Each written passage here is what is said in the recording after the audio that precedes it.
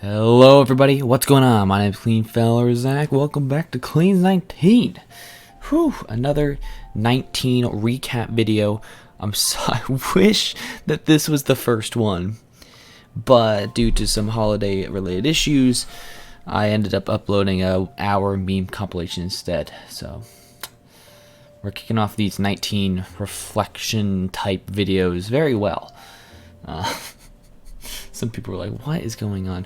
Okay, I apologize. This is an actual 2019 Clean 19 video. I hope you guys are excited because we had a ton of movies out and I want to discuss. This is actually one of the few things I did for last year's end of the year tweet. I actually did talk about my favorite movies because I'm a movie guy. I'm a TV guy, I'm a media guy. I will watch your media, I'll watch your stuff. That's just how it works here. I'm a big fan of watching, just heading to that theater and getting that big experience, just blow you away. And I'll see a lot of things, and I actually saw a ton of movies this year. I didn't see all of them though, and that's why I always gotta emphasize. I don't see all the movies, but I try to see as much as I can. And you know, as far as I go, I think I did pretty well. So I'm here today to give my top 10 best movies of the year. I need to stop rambling on. Before we get to the top 10 though, I have some extra awards I need to give out for other movies.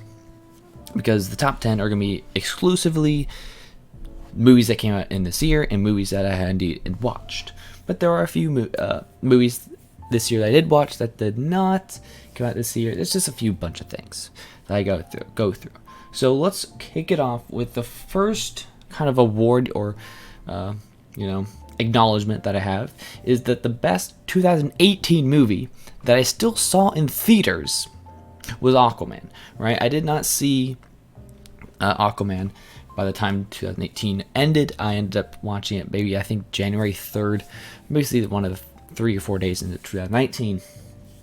And simple as that. It's one of the best movies of 2018 that I saw this year. And yeah, it was actually really, really fun. The world and just all the messages that were brought about this movie were really cool. Some of those fight scenes were awesome. I think the only bad thing I could say about the movie is it felt so dang long. I think it was best put with my dad because he got extremely claustrophobic by the end of the movie because there's just packing in so much stuff. And they're like, oh man, I feel like you could have split that into 2 separate movies. But I mean, it was an epic adventure. It was some Odyssey and the Iliad type stuff. I mean, there's so much going on, and it was quite the epic adventure. So I mean, I'm really glad I ended up seeing that, even though it was not the year it came out.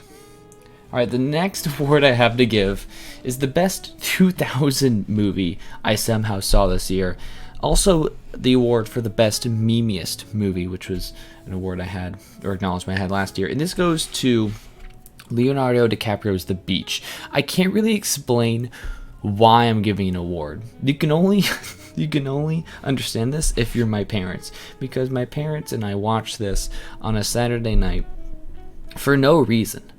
We had no idea what we were doing, and we ended up watching this, and we had no idea what was going on. I think my dad has seen it in the past, but just the amount of jokes we cracked up at how incredibly strange this movie was, and how it just didn't even make sense half the time towards the end of it. And during this movie, I had taught my parents about Uber Eats, and we actually ordered 40 nuggets, 40 McDonald's nuggets. It took about an hour and a half to get there. While we were watching this movie, we were waiting on nuggets to get here. It was insane. And we got the nuggets. Yeah, it was one of the weirdest movie watching experiences I had this year, and I just had to acknowledge it, that it was a trip. If you haven't seen this movie, you should get some of your buds and just have a blast. Because, oh my gosh. Now, I think it's all but confirmed at this point that we're going to have some Marvel Studios related movies on this list. I mean, come on, this was one of the biggest years for Marvel, and we're still going on and on. But a lot of my time this year was watching all the Marvel movies to get caught up for Endgame. It wasn't actually me who wanted to catch up. It was actually my grandparents who were trying to get caught up with the Avengers films.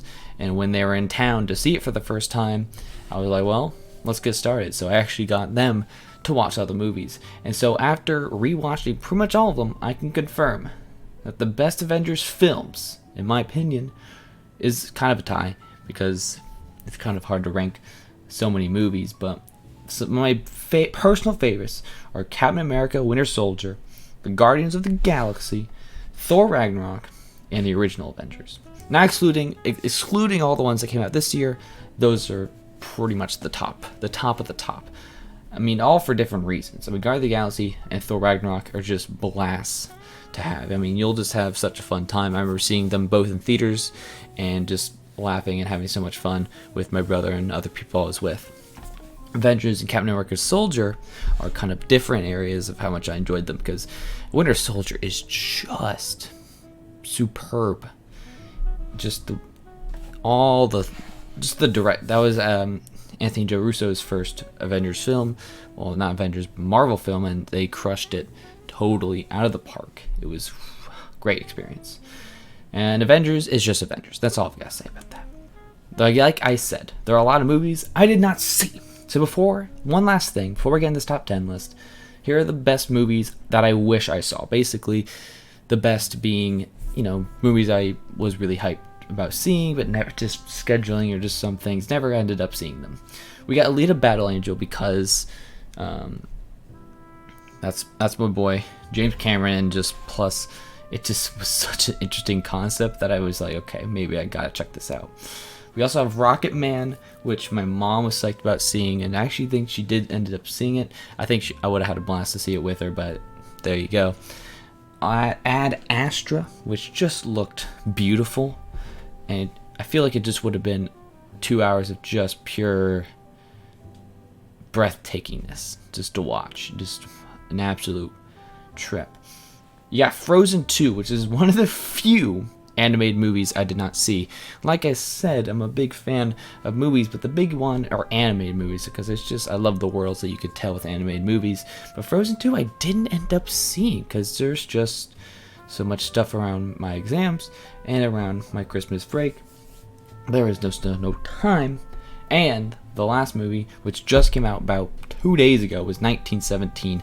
I've heard such great things about this film, and it just looked like you could just lose yourself for 2 hours in this incredibly interesting story. So I might end up seeing that, but for the purposes of this video and how I want to get this up quickly, it cannot be here. All right, 8 minutes have gone by. Let's get into this with our top 10 lists. I can go into as much depth as I can with what were my favorites, but I enjoyed these the most. That's all I've got to say. I'm not going to go too in depth about each and every individual aspect, but here we go.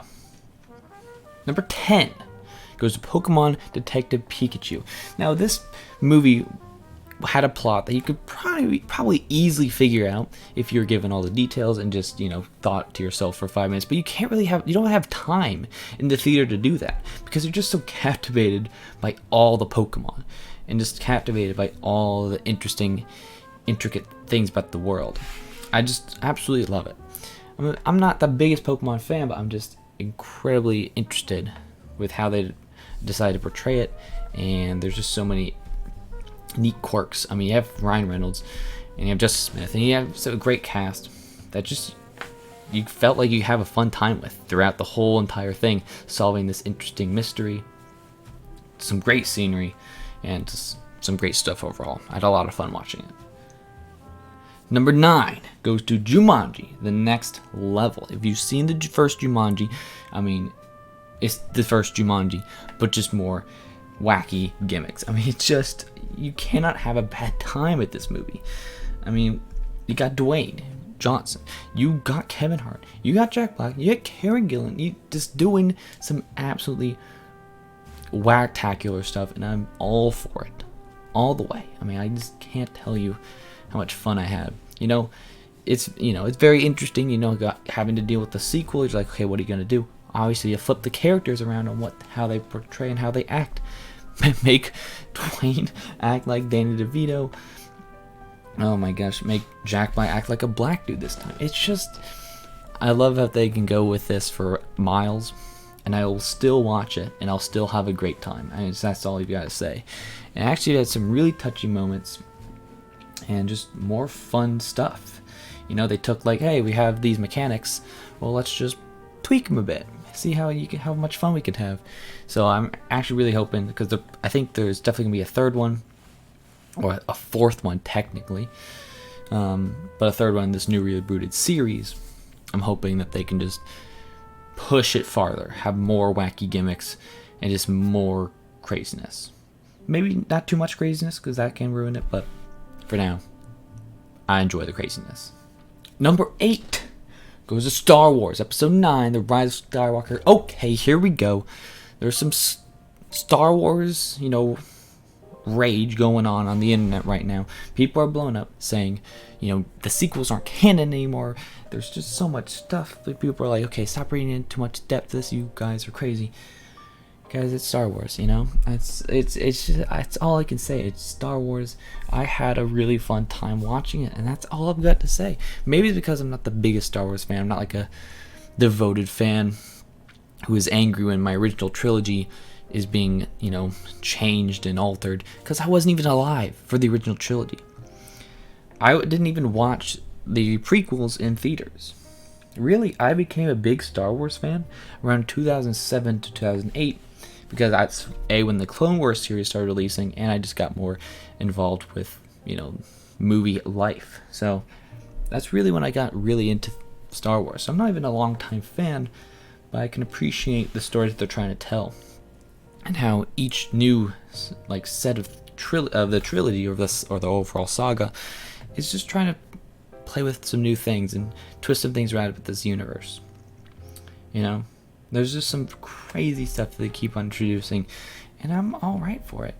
I gotta say, I'm having a fun time. Now it's definitely not the best Star Wars movie in my opinion. I actually thought Force Awakens was a great introduction to this new saga. I also really love. I'm a fan of the prequels too. And I think, as far as my favorite Star Wars movie goes, ever, it's hard to tell, because I'm not the biggest fan. But I guess you could probably, I gotta say, you probably gotta give it to 6. I think 6 had the best kind of action, drama, just comedy, just the visual shots all around. Just had some great stuff overall that ended off that first saga. But Rise of Skywalker also ends this saga nicely. Not in not in an amazing way, but not in a bad way either. It allows the continuation for more stories to be told in this universe, and I'm all for it. So things will be changed, and so things might feel, useless now that some things might they were memorable back in the original trilogy, but now they're like, well, the new saga completely ruined all this stuff. Just, take it for what you will. That's all I've got to say. Enjoy these movies however you want. And that's what it is all about. Okay, I talked about Star Wars for way too long. We got to get going. Number 7 goes to Toy Story 4. Man, I had a tweet about this. I'm like, how can they do more with Toy Story? And they did. Different to Star Wars, I'm a big Toy Story fan. I grew up watching Toy Story. I was in the theaters for Toy Story. I watched Toy Story 3 way too many times and cried pretty much every single time watching it. I'm like, really? Now for Toy Story, I can agree. There's a bit of dang.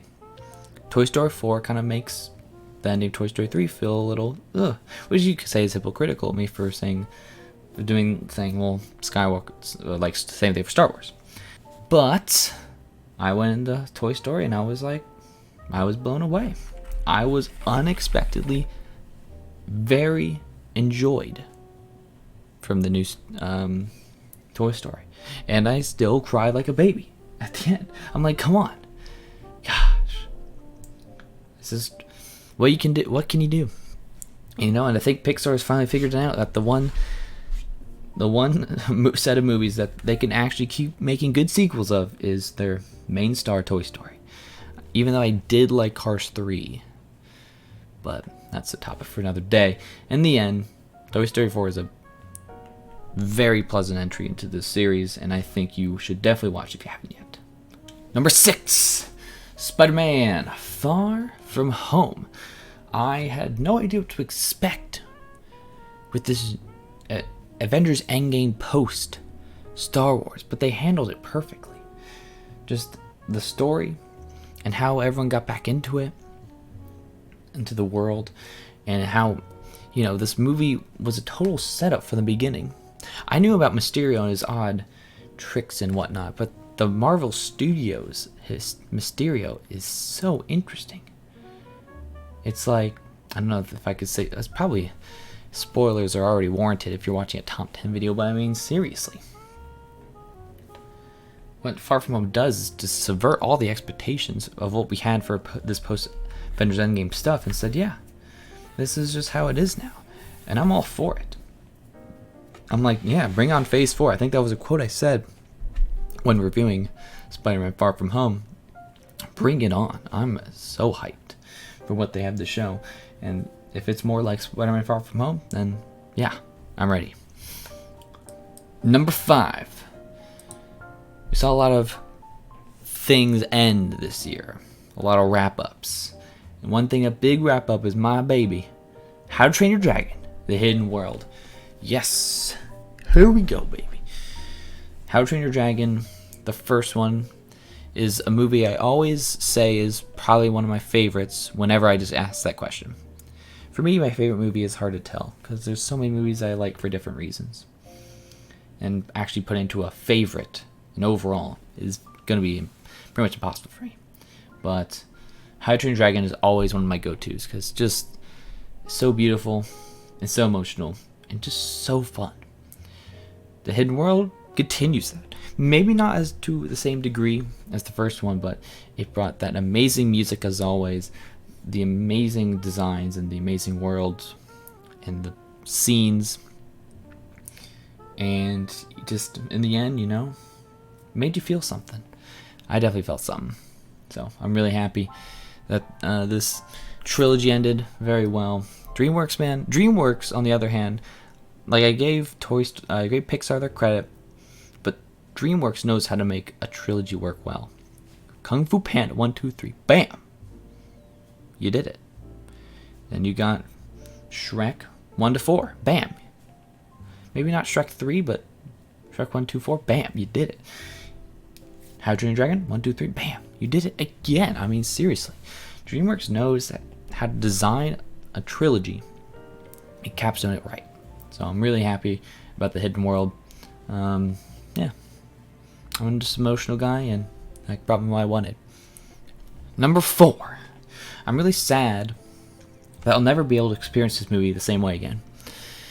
I'm sad I'll never be able unless I get some sort of special thing. I'm sad I'll never be able to experience Godzilla King of the Monsters in IMAX or Dolby Cinema, because that experience was just a whole new level of experiencing a movie. Every single time Ghidorah or Godzilla was on the screen, and those shots just were breathtaking. And just those times when the monsters, they I gotta admit, Legendary and all of them who worked on this movie, listen to the audience. We want more monster fights. Well, we're gonna give you more monster fights. I'm not gonna cut away the action. They'll give you a ton more. And those scenes when the monsters actually collide, it just you felt something. You felt like something just hit you in the chest, because that experience was just unlike any other. This movie was actually going to be a lot higher because I was just so psyched.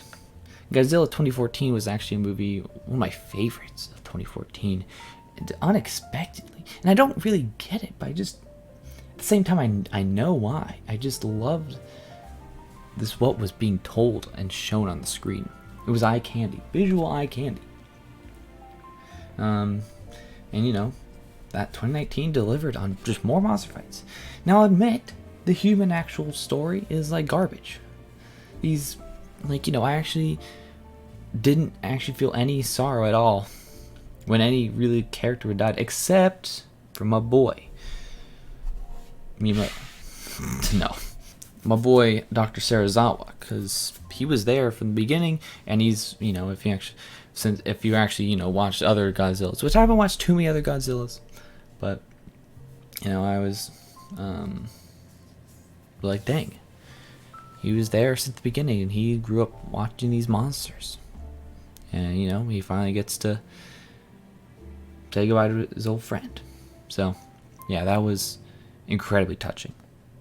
Every other person who died, I'm like, oh, dang. So yes, it is lacking in its human storytelling, but it is not lacking in the amazingness of how to design a monster fight. These guys know how to do it. Whew. So maybe I'll never be able to experience the IMAX experience again, but I will get to watch this movie over and over, because oh my gosh. Number three just goes to Shazam. I just gotta say it. Shazam it brought me back to the DC train, because I'm not gonna say whether I enjoy Marvel, DC more. I've never been a comic guy. I'm not a comic guy. I'm still not. But you could say I'm a Marvel guy because I like the Marvel movies more. And DC has been lacking. I saw Batman vs Superman. I heard about Suicide Squad. I didn't watch that one though. Justice League, it's not bad stuff, just not amazing stuff. But Shazam was amazing. Also Aquaman. Aquaman is a DC movie that I watched. So I watched 2 DC movies this year. Aquaman was good. Shazam was great. It was just a enjoyable feat. That's all I've got to say. It just felt so good watching Shazam. Just the family and all the characters. Each and every one of them you just relate to as well. And Zach, my boy Zach. You could say maybe he's a little biased because we have the same name. But my boy Zach pulled off Shazam perfectly. I mean, it just felt the character so well. And, I mean, the fact that he essentially was a kid. But it felt so amusing and entertaining to watch. And, it actually helped that the villain didn't feel amazing. Like, I mean, yeah, he was a freaking bad guy. I mean, like, holy crap.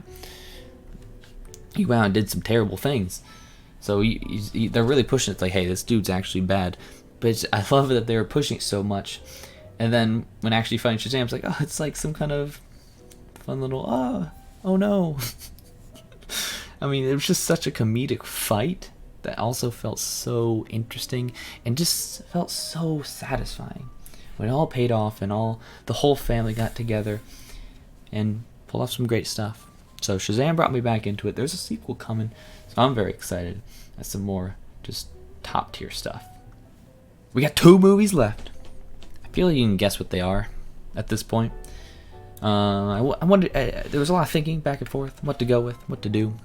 I went with number 2 being Joker. Joker, my goodness.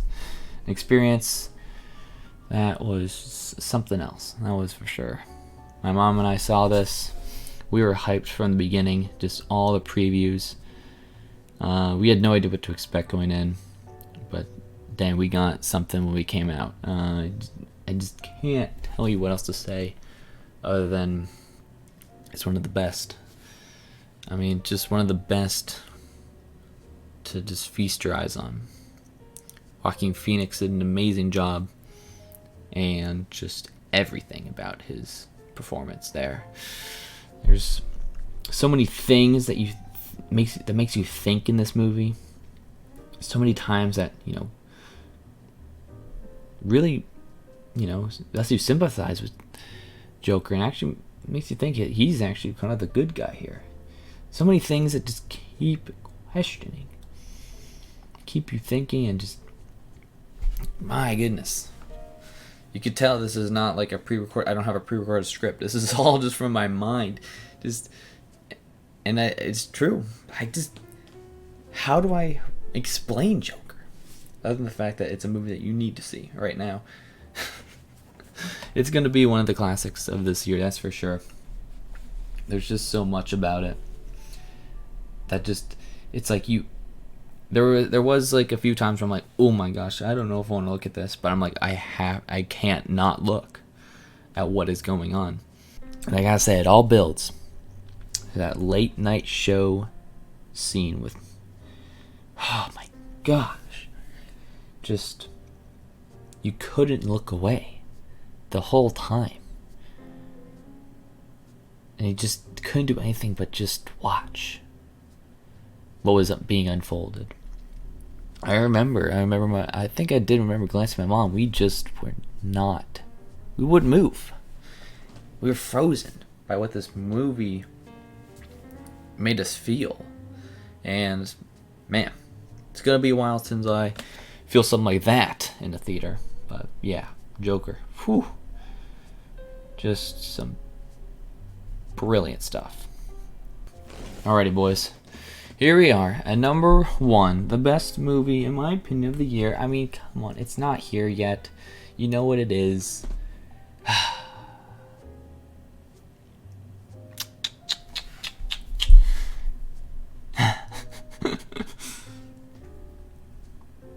Where do I start with talking about Avengers Endgame? That's just, well, I guess I'm already started to talk about it, but Avengers Endgame, it had it all. It had every single thing that I wanted and more. There's just so many things that was going to, put into question when walking into the theater. Are they going to do this and that and whatnot? They kept saying, yeah, we did that and all that. Yeah, we did that too. So many callbacks to the entire series that I grew up with watching for the original Iron Man. So many amazing moments of interaction with this cast of characters that, is in a very tight situation. And it's just so satisfying. I can't, say anything more. The Avengers Endgame is what, film is all about. Watching movies is all about. I mean, I'll admit, it's not going to be for everyone. Marvel movies, if you're not a Marvel fan, if you're not a fan of these characters. But I mean, I watch audience reactions to Avengers, Marvel movies more than any other. I barely even watch audience reactions to begin with, but I watch audience reactions to Avengers movies because they are incredible. And it makes me tear up a bit. The fact that, these people come together and watch this amazing things take place on this screen, this giant screen. And all people do is just laugh, cry, or applaud at just some super stuff. Yeah, my theater clapped. We all cried and fell silent multiple times. And that's what a theater and experiencing movies is all about. It's great. I can't say more other than Avengers Endgame is the peak. Well, maybe not the peak. Maybe it's not the best movie of all time. Again, my whole list of best movies of all time is very skewed, but is the peak of what watching movies is all about. That's all I've got to say. This has been a long video, but I hope you guys enjoyed watching and listening. We got some fun stuff planned for the future of Cleans 19, so I hope you guys are ready. Stay tuned. Have some timestamps if you want to rewatch some other things I had to say about other movies. Apart from that, I'll catch you guys later. My name has been Cleanfel Zach. I'll see you guys next time. Peace.